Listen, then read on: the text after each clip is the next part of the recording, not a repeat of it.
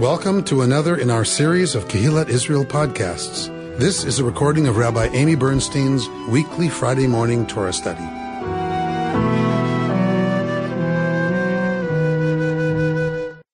We are offered the land as an inheritance, as a gift, and there are conditions to the gift.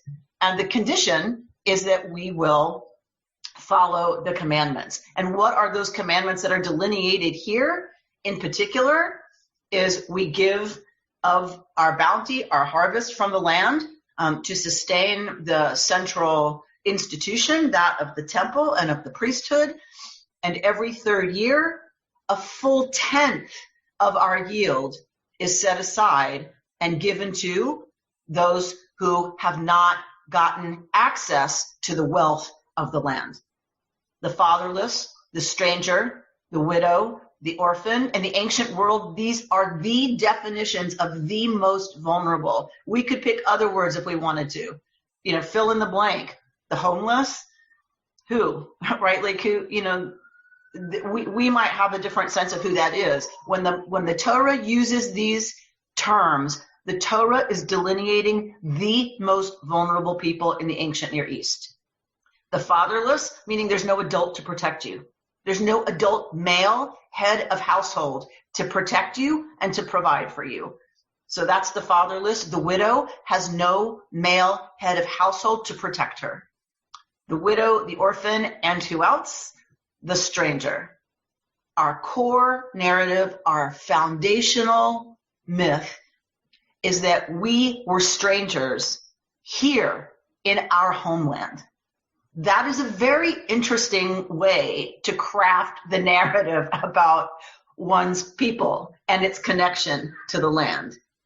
Generations of rabbis have understood that this is part of the core identity of the Jewish people.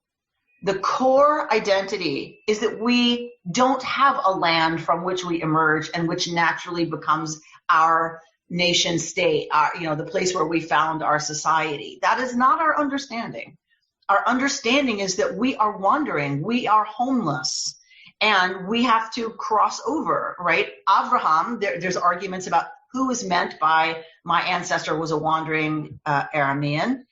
In general, folks point to Abraham, that he is the one who leaves Aram, he's from Aram, and he crosses over. So he's an Ivri, right? We translate that as a Hebrew, but really la'avor is to cross over. Abraham is a crosser over. He crosses over literally the river to come to Canaan. But in general, he's a crosser over. That's what we call ourselves, crossers over, right? So we are Ivrim. We are those who cross over. We are not those who got born here and we're so fantastic that this is our land, right? This is not a Jewish story. The Jewish story is we crossed over from somewhere else and we were strangers here. And our claim to the land is 100% conditional. And it's articulated very clearly here. Part of the way that we're able to claim a right to stay on the land and to enjoy the benefits of the land that is flowing with milk and honey. When we say milk and honey, remember we're talking about goat milk and we're talking about date honey. Two ways of expressing that the land can support semi-nomadic pastoralists, with their flocks, and agriculture with date palms. So there's enough water. And in the ancient Near East, that's a big deal. So flowing with milk and honey means a land that will yield good things so that you can thrive and flourish in the land. So it's code for a land that is fertile and where you will be able to live a good life of being sated. So what entitles us, it says it right here, what entitles us to that land is that we share that bounty. We share that wealth with those who don't have. That is the condition. If we don't, the end of this parsha is brutally, brutally clear about what's going to happen if we don't. So So what does it mean to have a myth of origin that does not have us be indigenous? Let's look at our scholar, Dr. Rachel Edelman, says, throughout history, the imminent connection of a people to its land has most often entailed a claim of indigenousness. For example, and then she goes into Greek mythology, and she says, but we are not an indigenous people native to the land, but a nation whose origins reside in exile and whose fate is exile if we fail to uphold the covenant. Exile serves as bookends, though not the hoped-for ultimate end of our collective narrative. And she says, based on rabbinic tradition, the great commentator Rashi identifies the patriarch as Jacob, but it's more likely our guy Avraham, who is the crosser over. The possession of the land is contingent on a period of oppression and exile. Unlike the Athenians, we emerge as a people from a common ancestor, the wandering Aramean, who has no claim to the land other than God's conditional promise that undergirds the terms of the covenant at Sinai. Now then, if you will obey me faithfully and keep my covenant, you shall be my treasured possession among the peoples, for the land is mine, and you shall be to me a kingdom of priests and a holy nation. Obeying the divine will as a condition of chosenness for this purpose is reiterated in this week's Torah reading. As we just saw, today Adonai has obtained your agreement to be God's treasured people as God promised you and to keep God's commandments. The land is a tenuous gift that is conditional upon loyalty to the covenant, and exile is a collective consequence for transgression. But there's another dimension to the promise. Schooled as strangers in a land not their own, descendants of the wandering Aramean, the way we tell our history serves as the basis for a higher ethic. As it says throughout the Torah, you shall not wrong a stranger or oppress the stranger, for you were strangers in the land of Egypt. It is precisely the consciousness of being alien with its concomitant sensitivity to the other that ironically grants the right to dwell in the land. The short history we recite again and again upon recalling the Exodus at Passover and offering the first fruits reminds us of this tenuous relationship to the land, a contingent gift from God. What raises us to, quote, chosenness and confers a claim to that gift is the mandate of compassion for the stranger in our midst, and remembering that we were once and on an existential level may always be strangers in a strange land. We are called upon to link living in the land with compassion for and just behavior towards those strangers who dwell among us. I feel like this is a really important teaching for right now, for our time. I think it's a really, really important teaching. I think we have so forgotten as Americans that unless you are Indian, you are not indigenous, you white people. You are not indigenous to this land. This land, first of all, wasn't even a gift, conditional, right? This land, we just took it, right? White Europeans just came and took it. And from the indigenous people who were here, and largely, of course, massacred and destroyed those indigenous cultures and languages and traditions. And so Bert is saying even Native Americans came here from somewhere else, for sure. But we have no claim to indigenousness of any kind. So of course, this wasn't populated at one point, and they came over the straits and blah blah blah. Okay, yeah, I get it. But we have forgotten as Americans that we have no claim to this. Jews would say our claim to this is if we build a nation where everyone has access to the wealth of this country. We only have claim to this as long as we build a nation that is based on justice and compassion, and Torah would say righteousness.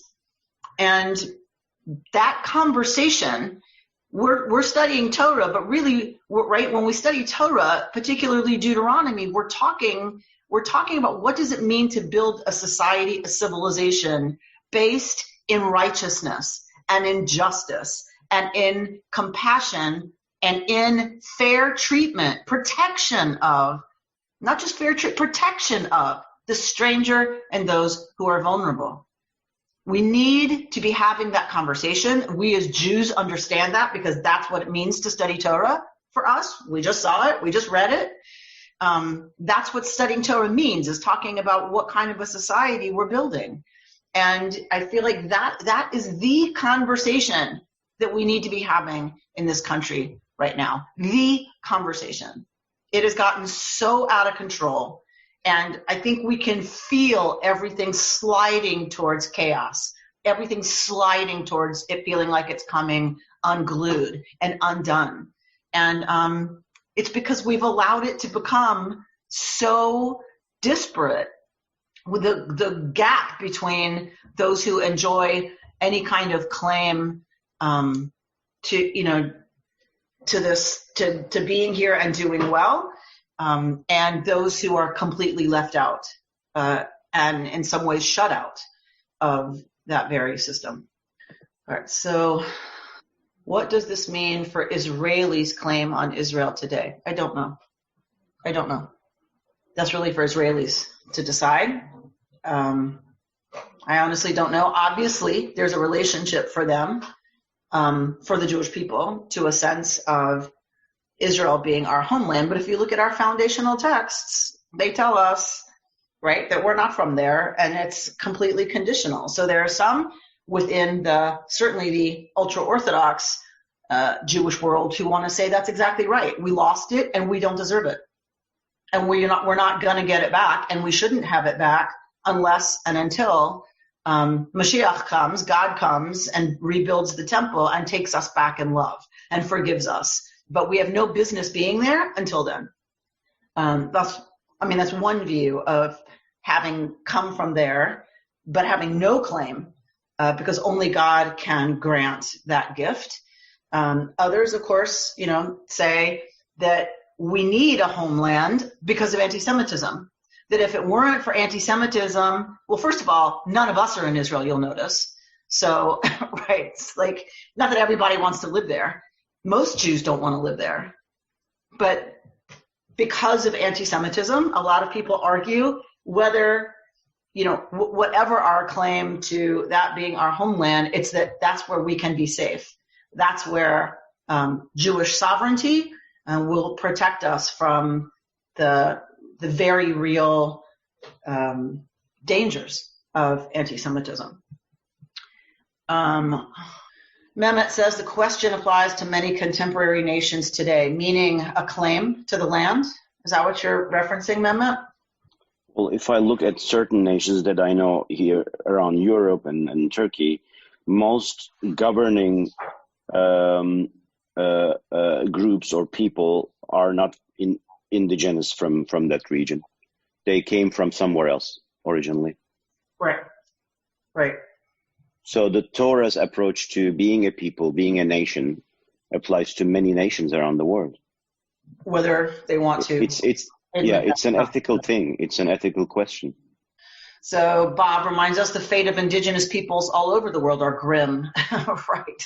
From Australia to Greenland to Canada, etc.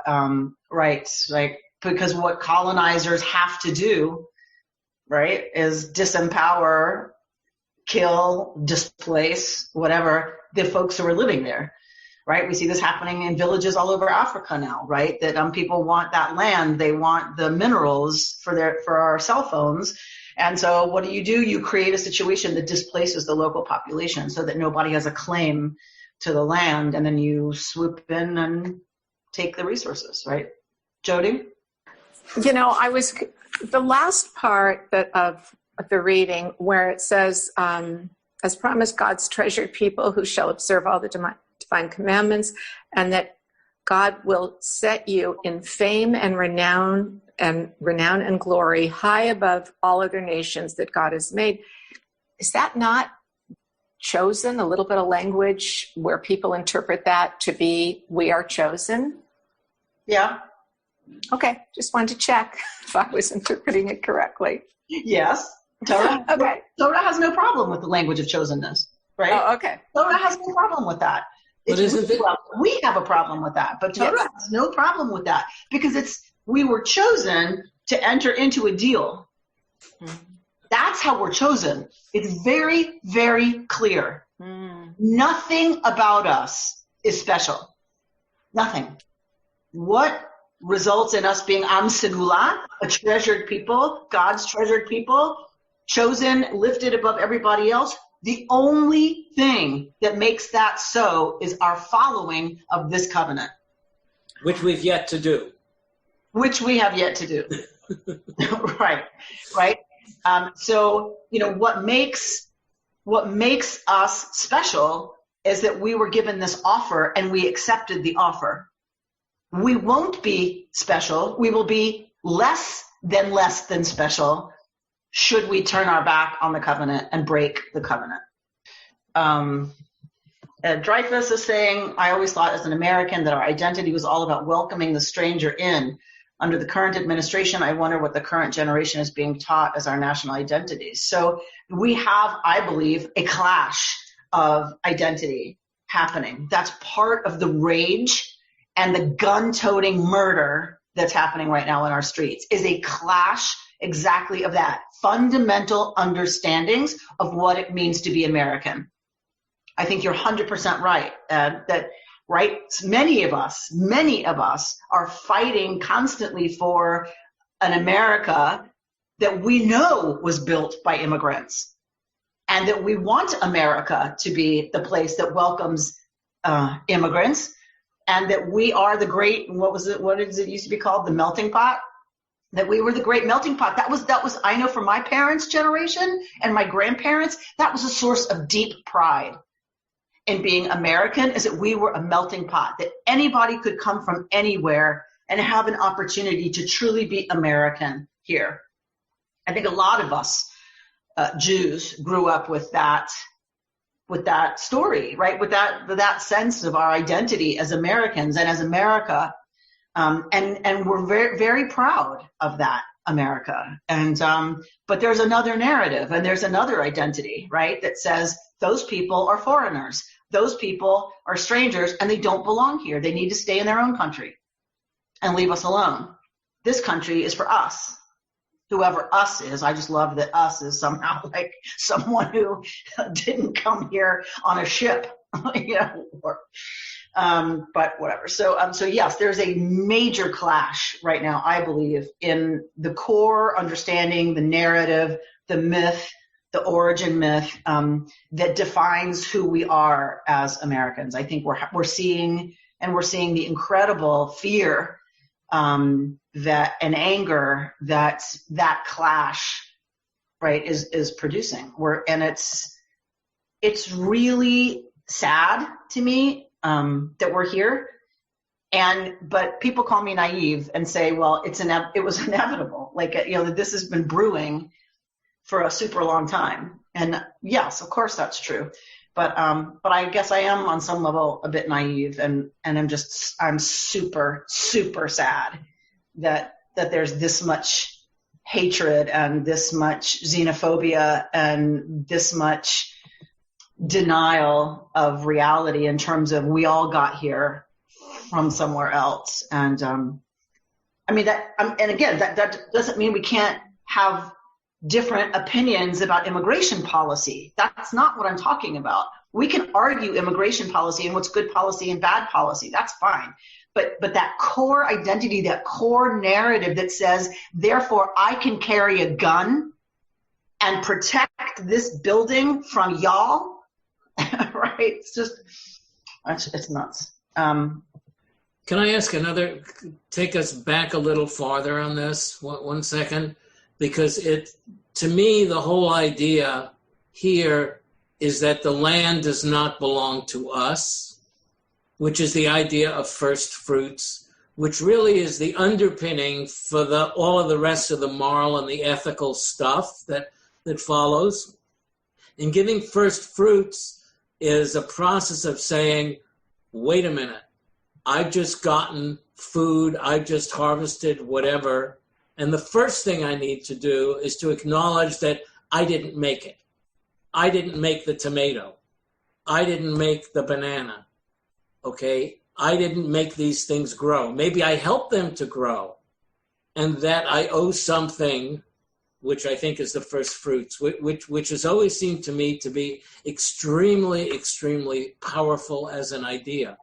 If one accepts that idea, then one can also accept the idea of there being morality and conditionality in terms of being on the land, because it's not your land. Right. So it's not only I didn't make this tomato, it's that the tomato doesn't belong to me. The ground that the tomato grew in isn't mine, right? The earth is mine, says Adonai, right? The earth belongs to God, all of it. We get to use it, we get to benefit from it only if we share it. If we share from the wealth that we are given from God's land that's lent to us, then we get to keep enjoying it. And if not, it's pretty grim. Chapter 28 of Deuteronomy is pretty clear, and it's pretty grim. Judith? Isn't this the whole principle of Tikkun Olam? We are just helpers. We are helpers in improving. We are not in charge. We are not the owners. We help. We do our part. So it's related. I mean, Tikkun. Yes.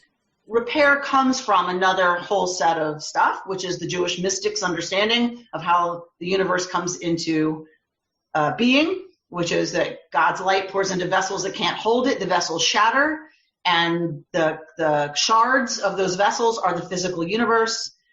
Our job is to release the spark in each one of those and to liberate that spark so it goes back to the source.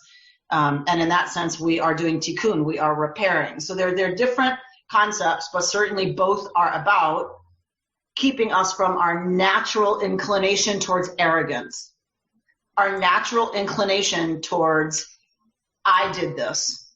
It's all mine. It's all mine. And I can do with it whatever I want. Tikkun is about, no, you can't.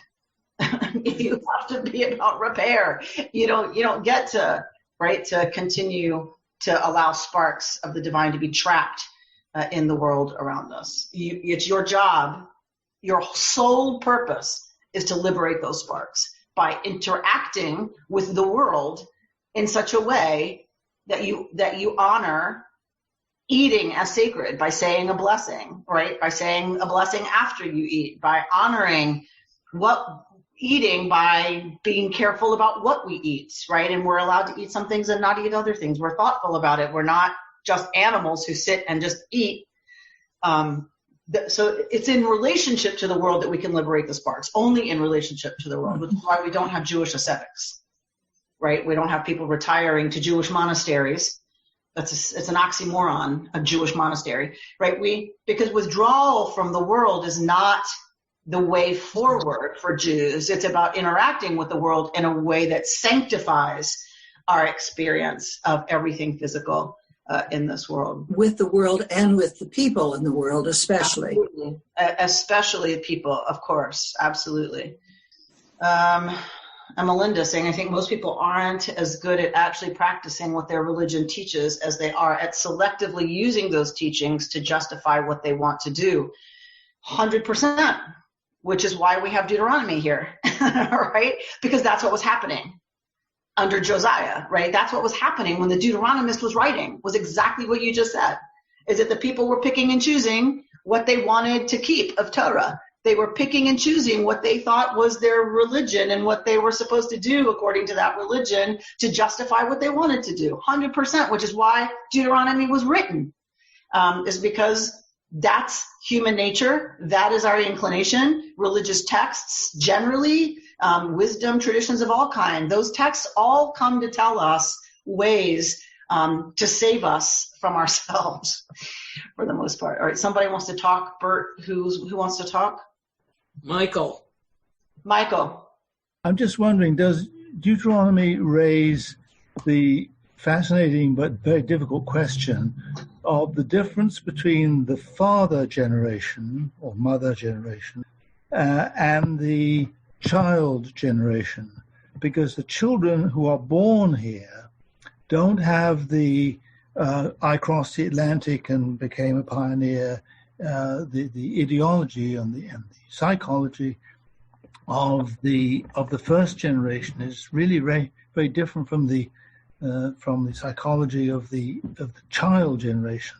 And we have so many people now claiming their rights as autochthons, as people who were born in the States and who therefore have a kind of identity that is very different from the identity of the English or the Estonian emigres who came here. And I'm just wondering whether Deuteronomy raises this clash of generations dimension.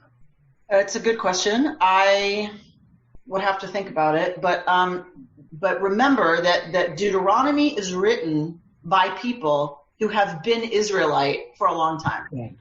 So it is the born there people who are writing this text to other people who were born there. They use the language of my father, right? The father generation. They use the language. They use the symbol, the myth of Moses and the people crossing in who are not born there in order to make the point. So it's the children's generation, right? The folks who were born there. They are writing the text, but putting it in the parent generation mode to communicate the message. So there seems to be something for the Deuteronomist that wants to invoke the sense of the parent generation that came here from somewhere else. Deuteronomy wants to evoke that. Deuteronomy is pulling on that. It's calling on that in order to deliver this message by and for the children who were born here, if that makes any sense. That was a little tangled. Interesting. Yeah. And because it's a choice, right? To put it in the mouth of Moses to the children who weren't born here, they're still in the desert. To put all of this in the mouth of Moses talking to them, those who would cross over, those who would come here, here meaning Israel, right? That's a choice. And so I think the Deuteronomist is definitely consciously making that choice. And the issues stay, of course, forever. Right. To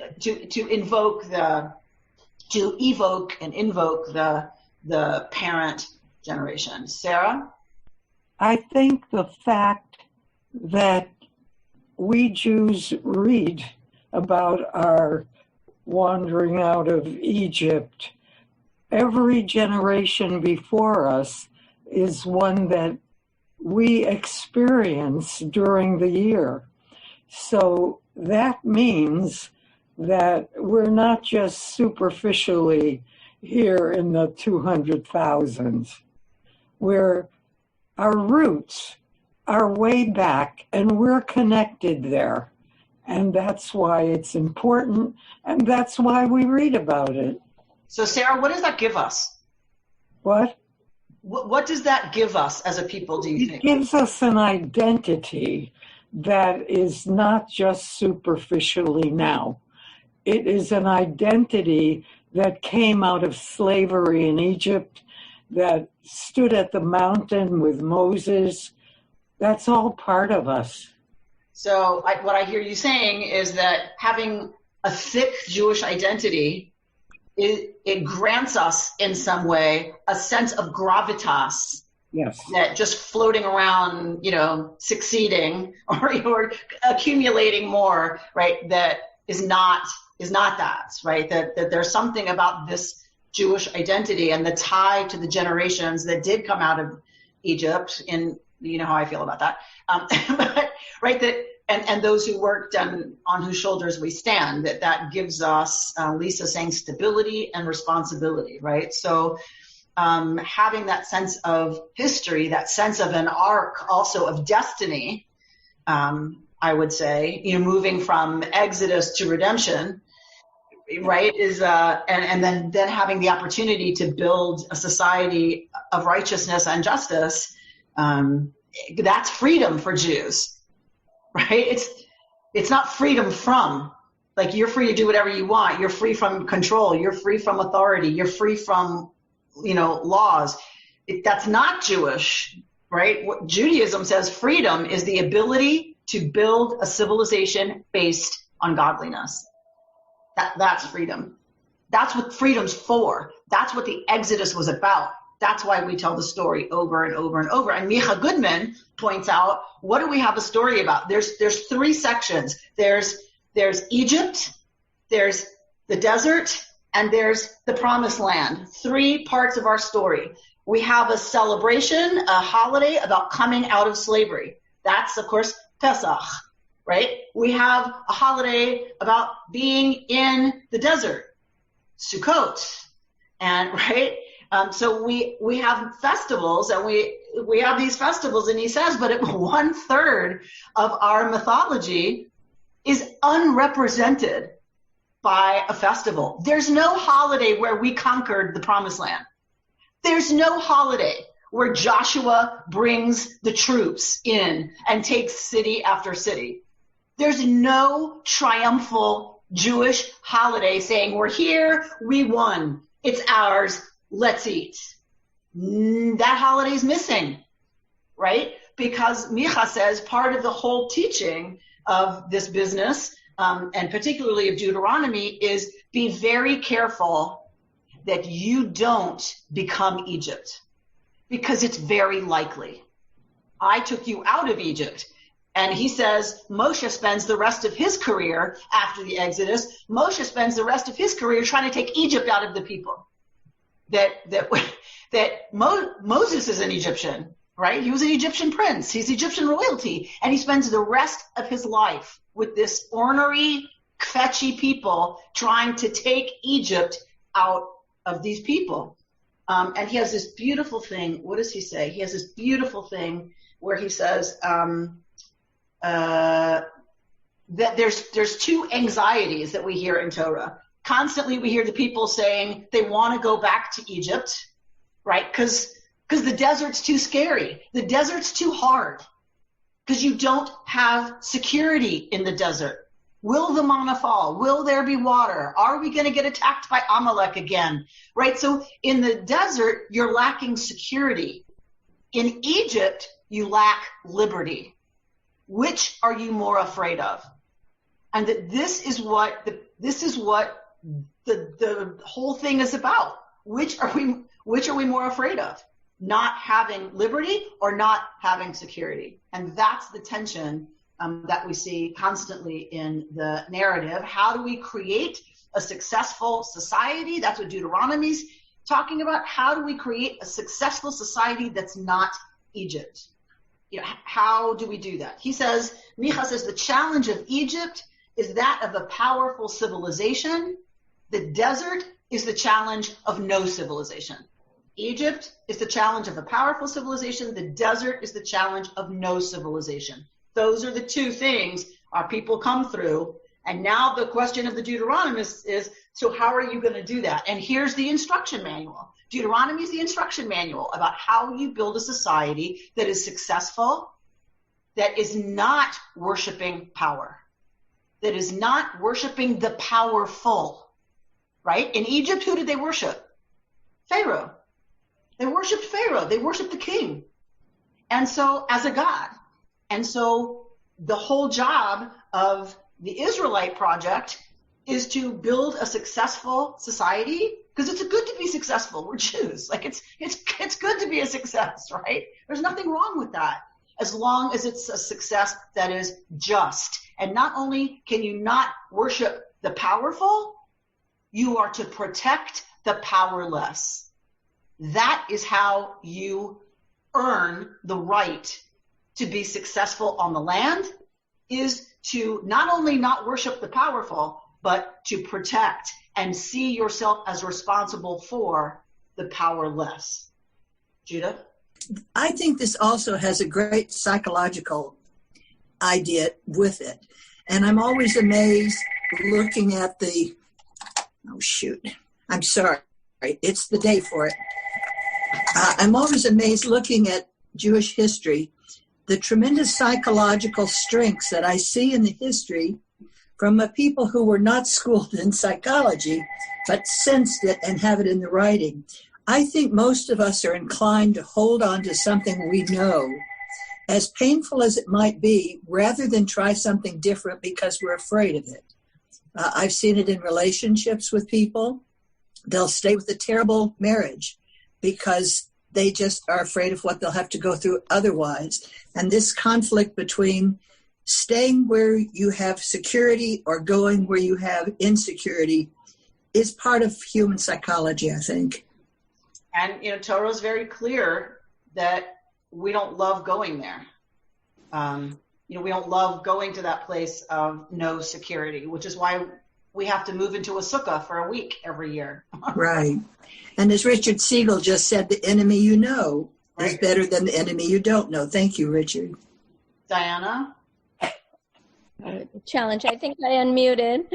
I think this is why it's interesting to go back to these texts. One of the first Hartman lectures from a few weeks ago, the one that I joined on empathy, I also think it really ties in because it was such an emphasis on recalling our own vulnerability as the oppressed. And I think as human beings, we also span two trajectories where we know the oppressed, but it's so easy for the oppressed to become the oppressor. And historically in our country, our immigration history has not been kumbaya, let's welcome the strangers. It has been a violent, messy battle between the oppressed and the oppressors, with the oppressed becoming the oppressors the moment they have access to resources and power. So historically, our country, that's not new to this administration at all. It's been the history of our country, and it's tied into capitalism and class and that struggle of resources. So it seems like, to me, the beauty of going back to this text and having this conversation is the reminder that it's an ongoing struggle between those two forces that the human beings have, and it must be quite old that, that it's not new to us. Right. We tend to think of a lot of stuff as, oh, look at this insight that we have. Like, the abused becomes the abuser. Look at us. We're all. Yeah. And Audre Lorde, remember Audre Lorde, she, in speaking about racial rights and everything else, she says the master's tools can't be used to undo the master's house. And I think that's, the ultimate reminder for us. Nice. So, along those lines, Micha Goodman said in his lecture that Moshe, in this speech to the people, is provoking two anxieties in the people. One is about going back to, you'll be punished like Egypt, or you'll go back to Egypt. So the anxiety of Egypt is the fear of someone else's power, right? The Egyptians' power. And he said the other anxiety Moses is invoking in this speech, though, is the fear of your own power. What can happen to you when you become powerful? So to your point, that's exactly what he says the Deuteronomist is doing in putting this speech in Moshe's mouth, is to say, one fear is the fear of Egypt, someone else who's powerful and you were oppressed. Like, that's a legit fear. The other fear that Moshe is trying to invoke is what happens when you become powerful. What can happen to you? And that you can become, in a sense, and we tend to become oppressors. And according to Deuteronomy, you become an oppressor by ignoring the suffering. It's not even that you're perpetrating anything. You're not necessarily responsible for someone else's poverty or the fact that their crop failed. It's that you don't have a right to ignore that.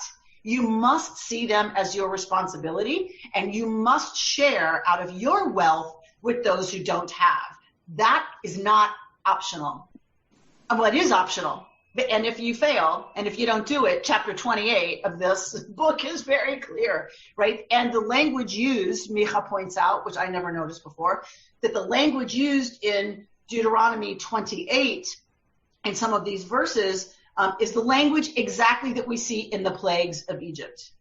It'll be dark. You'll plant crops, but you won't get to eat them because the locusts will come and eat your crops, right? And so we see Deber, Shechin, Barad. We see all of this language that we saw with the plagues. And it's on purpose that the Deuteronomist is saying, if you become Egypt, because you are now powerful, if you worship power and worship the powerful, then exactly what happened, what was delivered by me, says God, upon the Egyptians will be delivered by me upon you. The only thing that makes you different is your choice to understand everybody as being part of your responsibility. And notice, it's not addressed to poor people. This text is addressed to land-owning white male Israelites, right?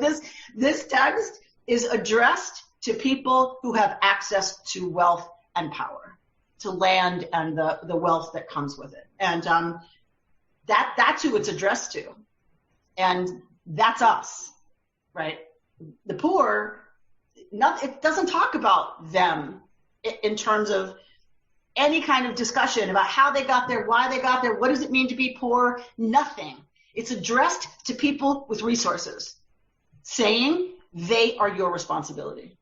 You don't get to separate yourself from their suffering and from their reality, and you only get to have what you have if you share with those who don't, which is why Jews vote for all kinds of taxes. It's this old that we understand if we have an obligation to give. And I'm not saying taxes is the only way to do that. I'm not suggesting that. Lots of people would argue you give privately, right? And support those institutions that will take care of the poor. I'm not saying it's just through taxation. I'm saying it's not unusual to have Jews voting in large numbers to tax themselves, because we get it. So rabbis can put this point in their sermons, but they can't comment on politics, asks Dana Fine. It's a very interesting point, Dana. I gave a sermon, I think I told this group I gave a sermon a few weeks ago on Deuteronomy when we had talked about the king and all the limits on the king's power. And I talked about this whole idea that the Deuteronomist, the whole book of Deuteronomy is there to talk to us about politics and talk to us about how we're supposed to use our status as free people who are not slaves in Egypt. We are to use that freedom to build a just and equitable society based on compassion and responsibility. Don't you know? I got a long email about how I don't come to synagogue to hear politics. And I concluded with, and therefore you need to vote in November, right? That Torah understands that we have an obligation to participate in a democracy since we are free citizens and able to vote. It's up to us to build that society that reflects for us whatever that is, whatever your vote is. But we have an obligation to build that society, and in a free democracy, that means voting. Don't you know? I got a whole thing that I was talking politics from the Bima, and I haven't I responded, but then she responded again that she loves my teaching, but that I have no right to be speaking about politics in the synagogue. I haven't responded with the longer email that I need to write, which is, have you looked at the book of Deuteronomy? Open the Torah. We've been in it for weeks and weeks and weeks and weeks. This book that's all about politics. You can't open the Torah. Love the stranger, for you were strangers in the land of Egypt is recited 36 times. How do you separate that from politics? I'm not going to talk partisan politics from the Bima, of course not. But if you think Judaism has no relationship to politics, you haven't opened the Torah recently. So anyway, so I agree with you 100% that it is political. It has to be. If you're talking about building human societies, you're talking about politics. You can't not, right? If you're talking about what Torah wants us to do, giving tithes, taking care of the vulnerable, returning your neighbor's lost ox, whatever it is, it's about building society, putting a parapet around your roof so somebody doesn't fall off. That's on you. If they fall off your roof, it's on you. right? So building society is by definition politics. So vote in November, people. What can I tell you? It's our obligation. It is absolutely our obligation, according to Torah, to vote. And it is our obligation to vote for a society that does not worship power and that does not worship the powerful. That is Egypt. That is Egypt. We don't build pyramids. Right? We don't know where Moshe's buried. That's on purpose. Micha Goodman says Moshe has to work all the time, and through his death, he's teaching the people to not be attached to death, not to glorify and celebrate death. Pharaoh, those pyramids are Pharaoh's tomb. That's Pharaoh's death monument, so that Pharaoh gets to live forever. The pyramids ensure, mummification ensures that Pharaoh will live forever. He becomes part of the cosmos and the soul, blah, blah, blah, blah, blah, right? So, and Moshe is all about the teachings about this guy Moshe, the most miracle worker ever in our, mythic history, is that we don't even know where he's buried. Not only is there no pyramid, we're not supposed to be worshiping death. We're not supposed to be worshiping power. And Moshe could be seen as being seriously powerful. And so Torah goes to great lengths to make sure that we are not doing Egypt. Is that why Deuteronomy 26 says not to deposit your tithing with the dead? Yes, because there was ancestor worship. There was all kinds of attachment to death and the dead. That's not Jewish. It's not Israelite. That's not what the Israelites are supposed to be doing. The Israelites are supposed to be worshiping the living God and being respectful of every human being who's created in the image of that living God. And every human being is created in that image, every single one, including the ones you don't want to see and you don't want to be responsible for and you don't want to have to take care of. They too are created in the image of the divine. And so that's it's an important teaching, I think, that Micha brings to Diana's point that we're constantly needing to be reminded of, and like Sarah said, our connection to that story of having nothing and being strangers and being oppressed, not so that we turn around and do it, dafka the opposite. We reenact that sacred history every single year so that we don't become arrogant. We don't become people filled with hubris, thinking I have all this because I deserve it or I achieved it. No, you were given an opportunity, and good for you that you made good on that opportunity. Now here are your obligations out of that if you want to keep it. Dana? So my question is, who are we responsible for? Are we responsible for our own community, our own civilization? Because these directions, even if a stranger comes, they're coming into our little abode, our area where we live. So does this mean this behavior is for the whole world? I mean, in my mind, I'm thinking, it's really just for the Israelites and for anything they do with their business and any stranger that comes in, or, it's not for a grander picture. So you're touching for me on a much larger topic. I'd really like to do a class on it at some point. I really would. Is it really just for Israel, or is there a vision in a lot of these texts that on that day, right? On that day, what do we say in Aleinu all the time? Yiyeh Adonai echad u'shemo echad. There will be one God, and God's name will be one. There is evidence throughout our texts that this was a vision for the entire world. It would start with Israel, but eventually Israel would be or lagoyim, a light unto the nations, and nations would see how fantastic Israel was doing it, which never happened, by the way, how great Israel was doing it, and therefore they would want to emulate that. Bayom hahu yiyeh Adonai echad u'shemo echad. And on that day, God will be one and God's name will be one, meaning everybody will come to worship Yod He Vav He and understand the demands of building this kind of a society. So on the one hand, yes, in a simple way, it's only directed to Israel, right? We're not a proselytizing people. Is our self-understand. That's what we tell ourselves.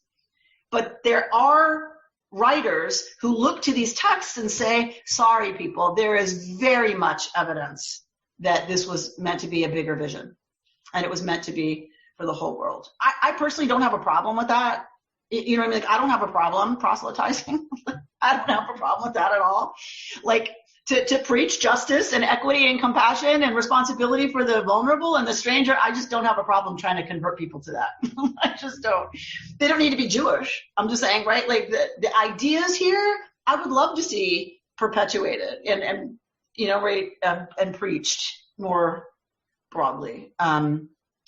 Any national leader worth their salt, for me, right, is going to be about this stuff in our country. So anyway, it's a much longer conversation, but I think Torah is very clear. It has to start with us, right? Sharing our resources with those of us, including the stranger, who's you, right? That we have to start by taking care of us. That if we could just figure that out, that would be great. But we can't. We haven't. Right? We haven't even figured that out, much less the rest of the world. We haven't even figured out how to take care of our own poor and our own vulnerable. But halavai, speedily and in our day, it should happen that we figure it out. That's what Torah demands, is that we continue to have the conversation. We continue to seriously investigate the ways that we're either contributing to a society that's reflective of these values or not. And that's our obligation. You've been listening to Rabbi Amy Bernstein's Friday morning Torah study from Kehillat Israel in Pacific Palisades, California. For more information, go to our website, www.ourki.org.